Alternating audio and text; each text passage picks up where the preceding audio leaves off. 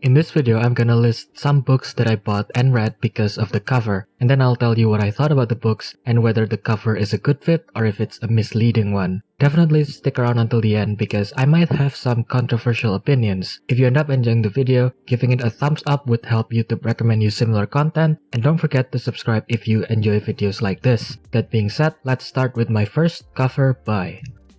Number 1, it is They Both Die at the End by Adam Silvera. This one is more like a combination between the cover and also the title. The first thing that caught my attention at the bookshop was the cover. The warm, gentle blue color that dominates the cover was intriguing. I don't really see a lot of books with a cover like that. And then I noticed the two people walking and the background of the city line, the night sky, and the moon. It's all very serene and peaceful despite the fact that it's portraying a big city, a place that is normally bustling and busy, but this cover to me radiates serenity and bliss. Like if you're just walking around the quiet parts of the city at night with someone close to you, it's that kind of vibe. That in itself hooked me in already, but then I read the title, They Both Die at the End, capitalized and in bright white font against the dark background, and I was hooked even more because of how contradictory it was in conjunction with the cover, and also not to mention all the questions that the contradiction raised in my mind. Like, for example, if they're both gonna die, why does the cover portray them to seem so chill? Or are these two people even the ones that the title is referring to?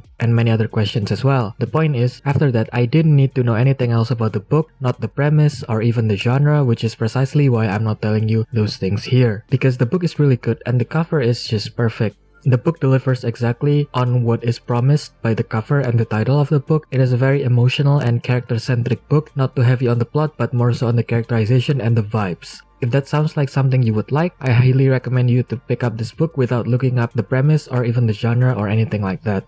Next up, we have Mistborn: The Final Empire by Sanderson. Okay, so while nowadays he is my favorite author, back when I was in high school, I had no idea who Sanderson was. I knew he finished Wheel of Time, but I had no idea what that was either. And this cover of Mistborn in particular was my first exposure to the book, and while I do think the other covers are fine, I think this one is still by far the best looking one. From the colors, first of all, it's kind of pastel-y. It also has dark colors at the same time, which again is an interesting contradiction, which seems to be something that I enjoy in book covers. And then there's also the intricacy of the cover. Like at first glance, I wasn't sure exactly what I was looking at, but as I got to appreciate the details more and more, I start to notice all of the elements in this cover, and it just begins to make more sense. Then there's also the font for the Mistborn in particular. I think it's a really interesting choice for a title in a book cover.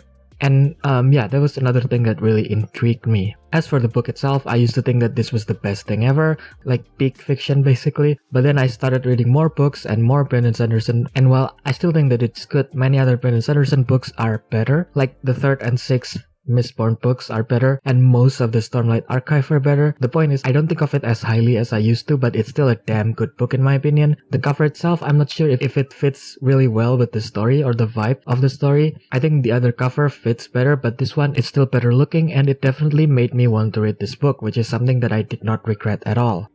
Next, we have number 3, The Three-Body Problem by Cixin Liu. Sorry if I'm butchering that name, but yeah. This one's a bit unique because when I saw it, the entire trilogy was available. And while the cover of this book is good, the one that convinced me was the cover for the 3rd one, Death's End. And I just bought the entire trilogy.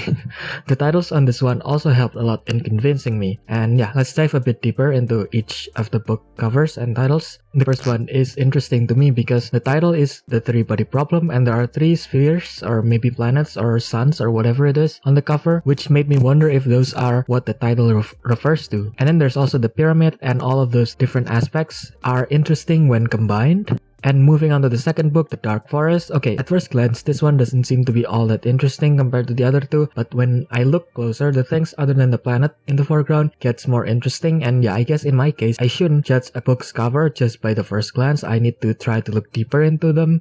And finally, we have the cover for Death's End, which probably is also the book with the best title between the 3. The first one is kinda too out there, like I'm not sure what exactly they're talking about, and the second one is a bit mundane, but this is the perfect level of intriguing when it comes to titles. back to the cover itself. Now there might not be a single like focal point of the cover here, unlike the pyramid for the first one and the planet for the second one, except maybe for the floating dude, which isn't there in all of the covers, which is a bit weird, but whatever. And I guess that's what makes it intriguing to me. And also the evolution between the covers of the first, second, and the third one made me really curious about what the hell kind of story this is and how the story evolves. And also for this one in particular, the colors, blue and orange, is a combo that is a staple for movie posters ever since a very long time ago. But I don't see it a lot in book covers, and this one in particular does a good job at using it to stand out among the rest. Moving on to the books themselves, funnily enough, the third one is the only one that I have not read so far. I've read the first two, and while I thought that the first one can be a bit confusing because of the translation issues and the fact that the story takes place in such a different place and culture compared to the books that I usually read, I still like the story at the end. And the second one, however, I think is peak science fiction. It's just how science fiction is meant to be, in my opinion.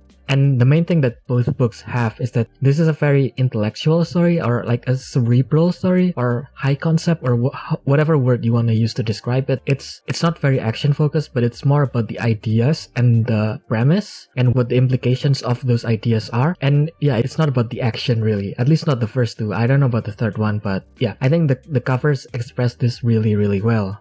Okay, second to last, number 4, I have The Bone Clocks by David Mitchell. I mean, just look at this. The other covers of the other editions are good as well, but this one was the one that caught my attention. Even though I ended up buying the cheaper edition with a different cover, but yeah, this was still the cover that caught my attention.